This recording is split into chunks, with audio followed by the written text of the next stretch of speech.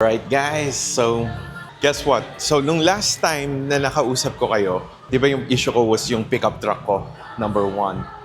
It's hard to get back to driving the pickup truck kasi nga ayaw ko na magbayad ng gasolina. So today we're at a very special showroom. Nandito tayo sa... Saan tayo, sir? Sa Muñoz Norte. Northhead. So, kasama ko nga pala si Mars. Kasama ko si Mars. It's gonna show me yung radar pickup truck. Yes, po. Full electric. Meron ka ditong full electric. This one po is the full electric, sir. Sige.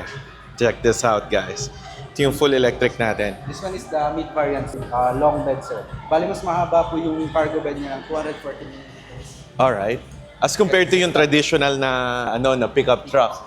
So, ito yung gusto ko makita eh. Paano ito buksan? Oh, alright. So, sa ngayon kasi, especially katulad nga ina-explain ko sa inyo guys na utility vehicle, gamit ko yung BYD, wala kang makarga. This is actually quite beneficial siya kasi mas mahaba yung bed niya as compared to the Hilux na ginagamit natin. Alright. Say exactly the same lang yung PHEV tsaka ng full EV No, when it sir. comes to the body. Hindi po, sir. Bali, ang kakaiba lang po, sir, is ito talagang long bed. Long Kasi bed. mas mahaba po yung niya. Yung EV long bed o may variant pa siya? May variant pa po siya, sir. This one po is the mid variant, sir. Meron po tayo kasing Econ, 63 kilowatts. Standard lang po siya. Ito yung 73, ito yung long bed. Yes, Ito yung pinaka high top of the line. No, sir. Ng Econ. Yung pinaka-top of the line po natin sa full EV is the 4x4 po. 73 kilowatts, 4x4. This Yung- one po is 4x4. Yung length ng bed niya, mas mahaba to. So 240 millimeters. so okay, mas gusto ko to kaysa dun sa ano. Kasi guys, look at it oh. Ano yung payload capacity nito? This one po is 995. 995. 1 ton po, sir. Yung 4x4, 1 ton. Yes po. Ganda. So ang radar, hindi siya same company as ng Cherry. Hindi. Bali, sir, isang company lang po kami, pero iba lang yung... Iba lang yung brand. Yes. Pero yung manufacturer ng Cherry, it's not the same as radar. No, it's different. Pareho lang yung nagdadala dito. Yes. Alright, so let's take a look at what's inside. It looks good. May matetest drive tayo Sure today. po, sir. Bali, Yung sir, full EV full EV, sir. Sige po, sir. Yung full EV po natin is yung 63 kilowatts, which is the base. The baseline Yes, model. Pero ito talaga yung plan kong kunin. Yung top of the line model niya, naka-mags na. Naka-mags na din. Naka-mags na po. Naka-mags na rin. Look at looks good. Looks good. Just wanna take a look at how it is inside. Meron na ata siyang ito na ata yung floor mat niya eh. Oh. Meron na siyang deep dish, no? Nakasama. Alright. Sige, pati Kunin mo na. lang, sir, yung key, sir. Sige. Hold on, guys. May tumatawag. Alright. So, alam mo, guys, the way it feels, medyo parang BYD din yung feels na nakukuha ko dito. Of course, it feels a little more utility. May screen din siya na malaki. And then, naka-leather na yung It looks really good, man. May infotainment. Do you think we can turn it on, kuya? Sure po. Your Mars? Yes po, sir. Pala brake and then this one po. Just push. Brake and engine start. Okay. Yeah. Nice. So, ang ganda. Kaso nga lang, yung infotainment niya, yan na yun. Yes po, sir. Bali, napaka-user-friendly lang yan, sir. Kasi Pwede ba kung yan na yun. yan na Like, po, sir. ano na ba to? Pangalan nito? Yung mga Google. Bali, pwede naman siya, sir, i-connect sa phone niyo, sir. Hindi, I mean like, ano na siya? Google Play? Hindi pa, sir. Hindi pa. Yes po. Yung ano po natin, yung ano. Yung mga hybrid yung Google Play na. Okay. Yun lang, medyo, sayang. Kasi ang hirap eh. Galing ako dun sa BYD, which is yung Yes, infotainment niya. Sobrang ganda na. Kakabit ko na lang yung phone ko. And then, Google Play na. Tapos meron na rin. So, wala to nung mga, hey Google, Wala take po, me sir. to wala. po. Yung top of the line nitong pickup na to, ganon. Wala din po, sir. Wala Bali, din. nasa hybrid po siya. Nasa luxury po siya. Oh my God. Yun lang. Oh my goodness. Medyo siya. Deal breaker. Kasi, yun na nga. Gusto ko sana ito na yung magiging yung parang daily driver ko. Major problem ko kasi doon sa BYD. Galing ako sa Toyota Hilux. Yes po, sir. Yun na yung daily driver ko. So, as a contractor, Parang lagi ka may bit-bit na mga tools, Yes, equipment, pintura, may bit-bit kang toolbox, gear. So, hindi ko siya makarga doon. Kasi laging, kunyari, bibili lang ako ng TV, 65-inch TV or 55-inch TV. Hindi na kasya sa BYD. Yes po, sir. Yes po. Okay na Bali, yan pa. mahina lang siya, sir. Nung ay nakaano lang siya. And then, yan. Sinushoot ko lang yung ano. Kasi, and then, tapos, gusto ko sanang gamitin to for, kunyari, pupunta sa site, magbibit-bit ng inverter. Fully, pag once na nasanay ka na si full EV. Ay, bali, sir, yung ano naman, ano naman siya, angkop naman siya, sir, sa mga sinasabi niyo. Since yung Meralco naman po is kumuha naman na po ng unit. Tapos marami naman na po tayong mga companies na fleet na kumuha na ng unit. Units, yes. Pero yeah, magkano yung, ilan specs muna tayo? Ilang kilometers maximum nito? This one po, itong, sir, 443. kilometers. 443. Ilan kilowatt hour yung battery niya? 73 kilowatts per hour. 73 kilowatt per hour. Okay, so okay na rin siya. 73 kilowatt hour battery, tapos 443. Ano na yon considering payload? Let's say meron akong 1-ton payload. Kaya pa rin niya ng 400? Kaya, sir, bale, ano naman na siya, sir, tested na. Tested na siya. So medyo malakas siya Since yung Meralco nga po, ganun yung trinay nila talaga sa unit na to. sa unit. Dahil sa mga ano. Yung interior niya, lahat puti. Yes po, ganito po talaga ang Lahat. interior niya. Interior. Alam po ang interior is yung luxury and then The Elite. Na hybrid. yes po, sir. Hybrid. Pero pagdating sa full electric, lahat ganito. po ganito. Lahat na naka-leather Yes po, sir. interior. Yung interior niya, Yes pare-pareho po. na lahat. Yes po. Sige. Sobrang ano na lang talaga yung infotainment. Wala bang way na ma-upgrade yung infotainment? I think, sir, i-confirm ko po sa manager ko. Pwede ko naman po siya tawagin ngayon para at least. Sige, kahit later na lang. Sige, sure. Kasi ang hirap, gagaling ka sa manggagaling ka sa yung mga smart infotainment na, tapos gagamitin mo, parang maninibago ka kasi syempre, hindi pag-connect doon ka natatawag lahat. Sa infotainment naman po kasi natin, sir, is, user-friendly lang po talaga siya. Kung alin po yung pinaka-importante, yun lang po talaga mga nandito. Yung modes na, sir. May tire pressure monitoring na rin siya for all wheels. Okay. Okay. Ano ang charger nito? Type AC, sir. hindi ang type 2 or type Type 2 na rin yes, siya, no? Kasama na rin ang charger. Yes po, sir. Free na po yung charger. Free na yung charger. 7.7 kilowatt hour charger. No, sir. Bali, sir, yung wall charger natin, sir, yun po ang may bayad. Yung charger niya po is Yung may portable bayad. charger Yes. lang. Pwede kong gamitin yung BYD charger ko para Sure dito? po. Pwede. So wala siyang kasamang wall charger. Yes Yung po. ano yung speed ng ano nito? Ng Bali, bago mapuno to, sir, 8 hours. Gamit Yes po. yung portable charger. Yes po. Ano ba yung anong power ng portable charger? ano nga, parang ano lang siya. 3.5? 3.5, sir. Sure ka? 3.5? Opo, nasa 3. Well, mabilis siya kasi yung portable charger ng BYD is 1.8 lang eh. So baka pwede na rin. Tingnan natin. Ayan, sure. Sige, go ahead, kuya. Leather seats na rin dito sa likod. Yes, excited ako. Ano natin to? Tingnan nga natin yung specs nito. 16 amp, 3.68 kilowatt hour nga. 3.68 kilowatt hour charger. 3.68 kilowatt hour charger. Mas mabilis-bilis siya. May question ako dito sa charger. Nasubukan mo na kung bakit wala siyang ground. So magfa-function siya kahit walang ground. Yes. Wow, okay. Pwede itong Bali, charger. yung mga test drive. Itong charger na to, binibenta nyo to separate? Ay, hindi po. Hindi. Siya. Free. Pero kunyari, gusto ko ng isa pa, parang ganon. I think po, i-confirm ko po muna sa planta, sir. Sa planta? Yes po. Okay. Mukhang everything's good. Meron ba ditong aircon? Wala po, sir. Walang aircon. Kahit yung mas mataas na variant, wala. Luxury lang po talaga tapos. Patingin nga ako ng luxury. Ito ba? Ito PHEV. Luxury. Okay. Ito. Okay. Tas yan, nakaano na siya. Kaso nga lang bro, ang gusto ko kasi talaga is maganda sana talaga to. Full EV na ganito sana. Oh. May outlet na din po siya sa likod. Paano outlet? Mas maiksi ito, no? Yes po. May outlet na rin dito. Kung full EV sana to. So wait lang. So yung battery capacity nito, kilometers niya on battery alone? 83, sir. Pero pag combined, 1,000 plus. 83 kilometers. Yes, sir. Ang layo niya dito na 400 eh, di ba? Yun ang gusto ko.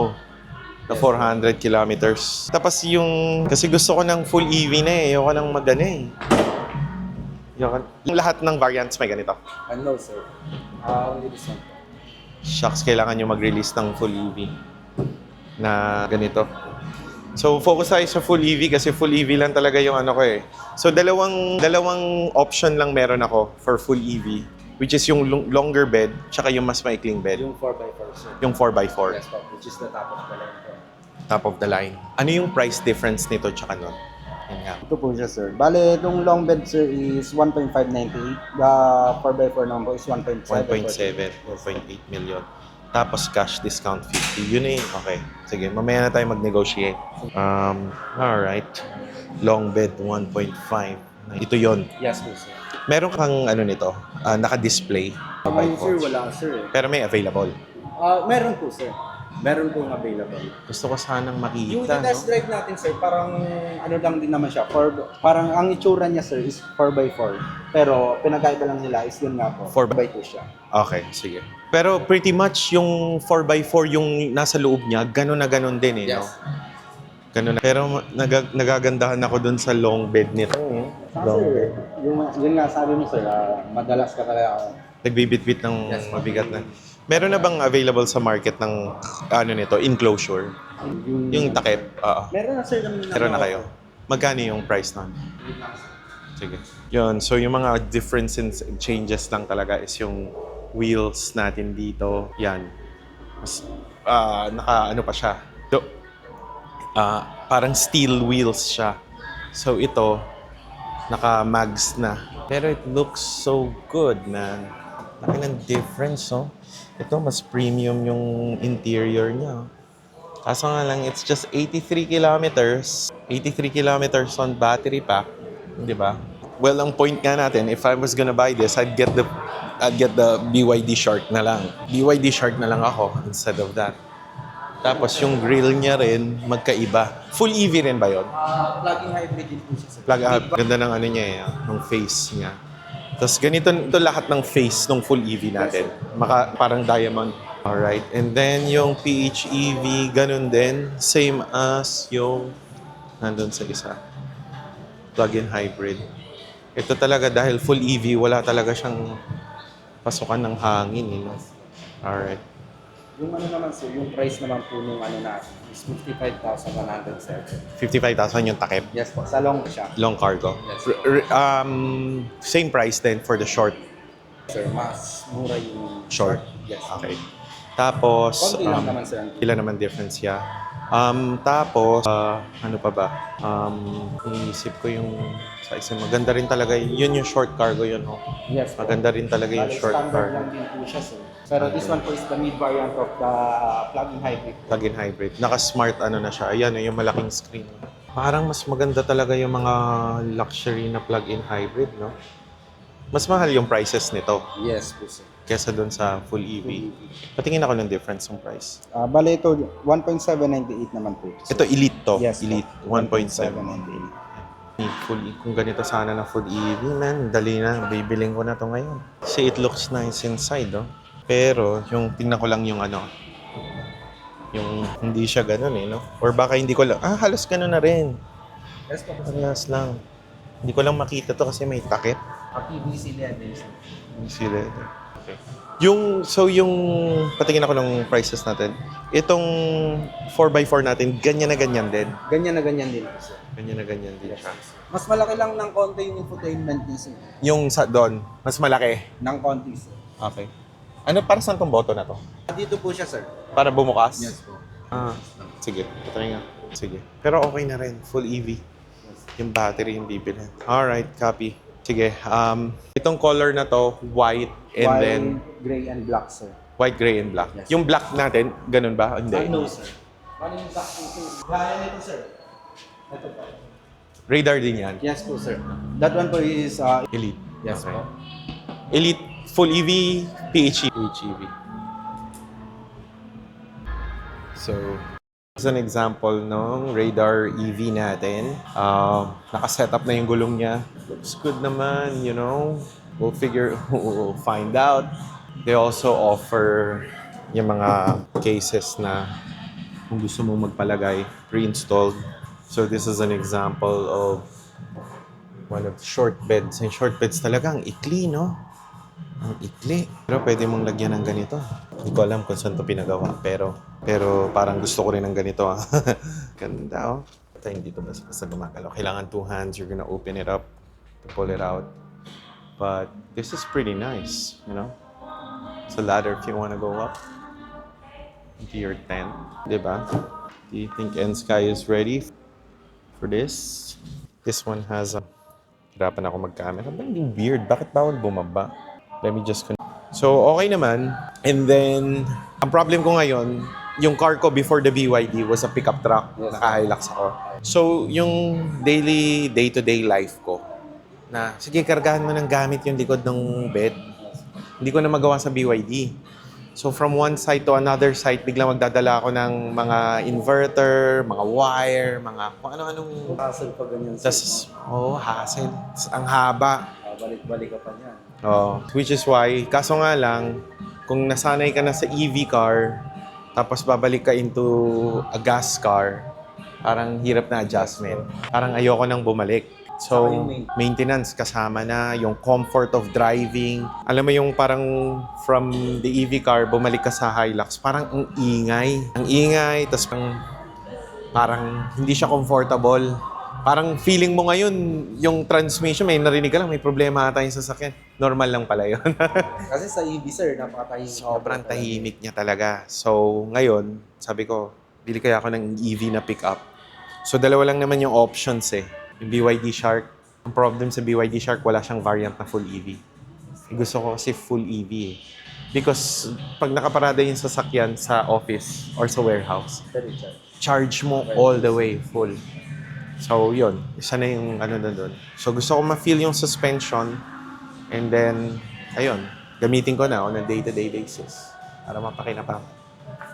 So, yun. Ganda. May ganito rin ba? Gusto ko nga makita. Tingnan ko lang yung ano, center doon.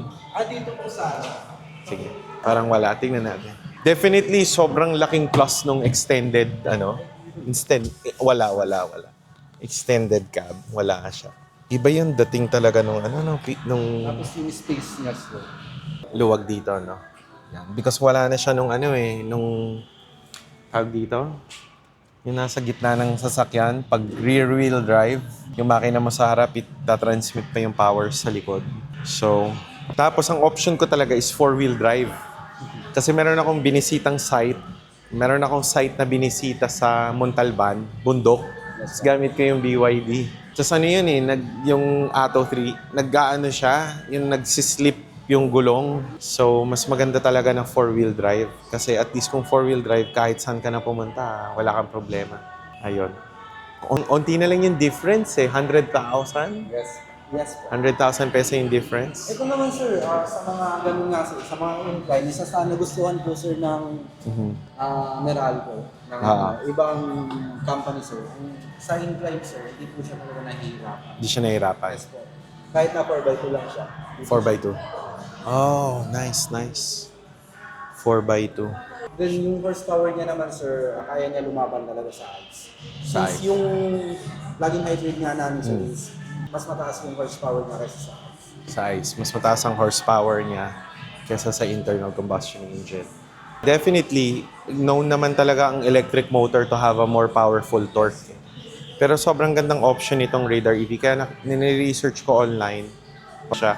Plus in China, itong Radar EV, sobrang utility use talaga siya eh. Sobrang ginagamit siya for utility purposes in China. Ayun.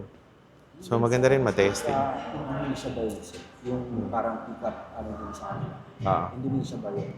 Radar din ang gamit. Ang edit, nagagandahan ako dito sa long bed eh. 2x4 long bed. Sa panahon kasi ngayon, lahat ng mga pickup truck parang paliit yung bed nila. Which is yun naman talaga dapat ang purpose ng utility vehicle na pickup, which is gamitin mo. Many times dun sa Hilux nga, naliliitan na ako sa bed niya eh. So, sobrang laking plus nito na ang laki. Pakita ko lang ulit. Ayan o.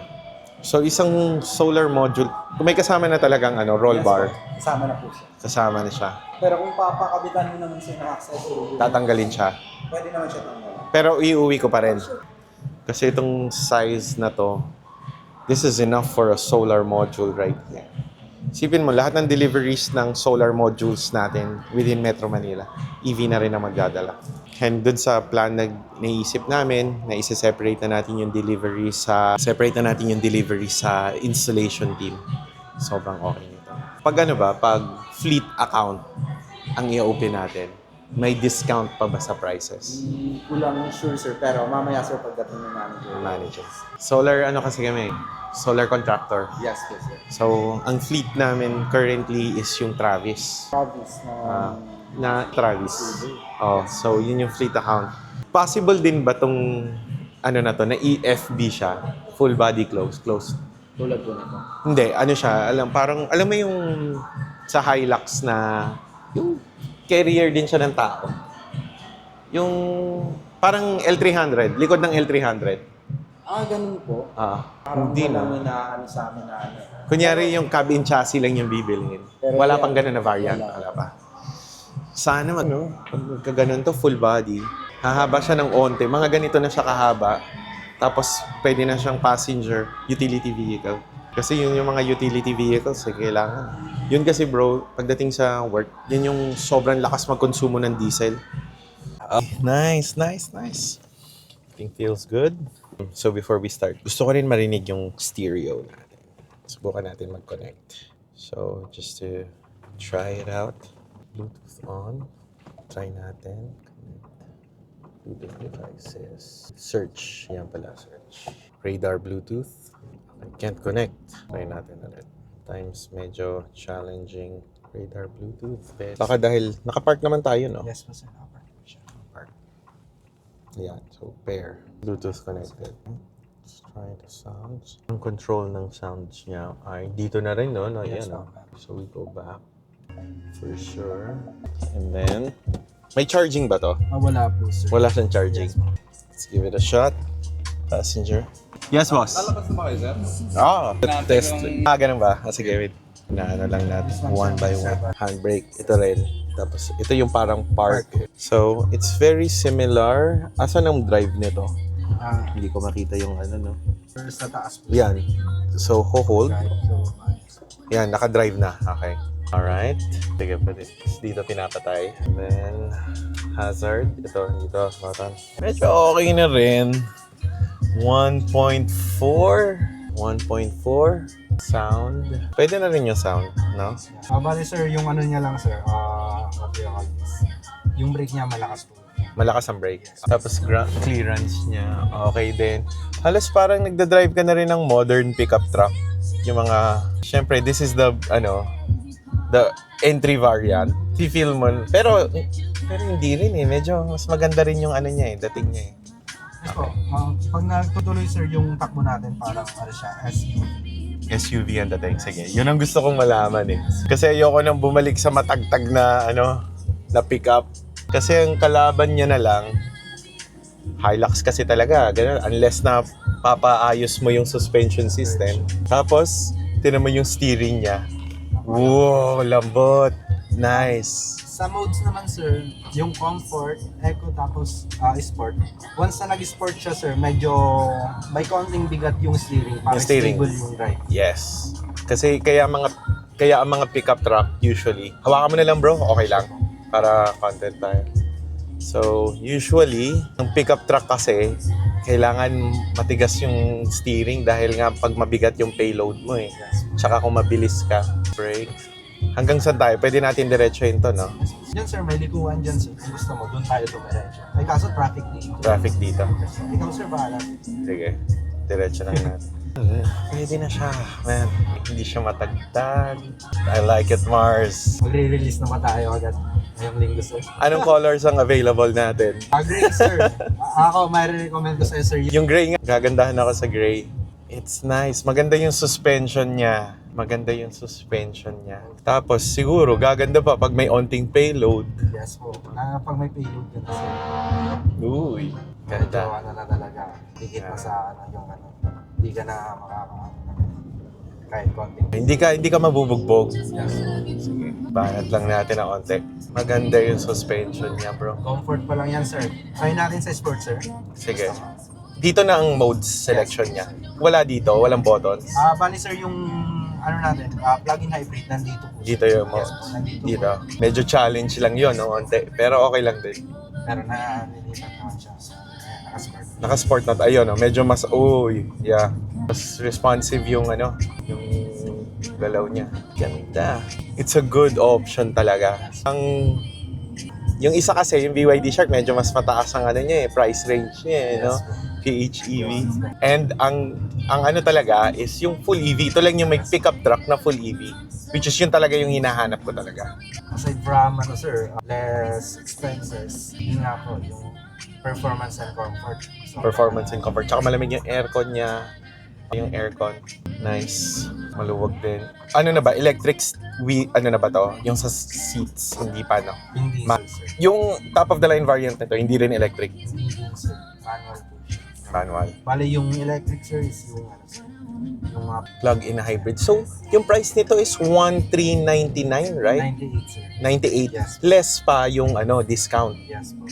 So, mga nasa 1,350 na lang siya. Ganon, 1,350. 140 something. Maganda. It's comfortable, it's nice. Kasama na yung tint. Yes, sir. Tint. Kasama na Ano po siya. pang freebies na Yung sa, kasama? sir, yung rehistro. Registration, LTO 3 years, LTO registration. Tapos hinaan natin yung yung music. Sa mga rin. Yung ibang sir, yung ibang freebies. Ano na natin yan. Ano nga tawag dito. Parang kami na lang bahala. Ganun. Sige. Bedliner meron na, roll bar meron na. Itong nasa paa, itong matting, ganyan na rin yan. Parang meron na rin siya nung 3D matting, yan na yun. Hindi mo na kailangan bumili ng 3D matting. Okay, tapos charger. Nako, bro, mukhang mapapabili na ako nito 296 kilometers. Nandito na rin siya. Naka 1,040 kilometers na tayo. Sports. Sa color, sir, gray po talaga maganda yung pagkaka-gray niya. Maganda yung pagkaka-gray, no? Okay na rin siya. Full electric. Hawakan. Looks good. Wala na akong planong bumili ng combustion engine. So, ang goal ko ngayon, sorry na lang sa Hilux ko, pero plano ko nang ibenta yon. Tapos ito na yung kukunin ko. Diba? So, okay na tayo, bro. Tapos ang susi niya, ganito. Yes po, sir. Keyless entry na. Meron ba tong remote, Yung pang start, sir. start Wala, remotely? Wala. Pero, basta dala mo yung susi, nabubuksan mo yung Yes, car, po, sir. ganon. Keyless Keyless entry. Ganda rin yung susi niya. Wala na talaga siyang susi, no? Wala po, sir. Pero kapag nalobat naman siya, sir, meron naman dito. Yung para ma-open. Yes po. Aside from that, goods na. Yung bank PO natin, cash na rin, may discount pa rin. Yes po. tayo. May Alright. Na tayo, bro, pwede na natin. Press mo lang yung red button.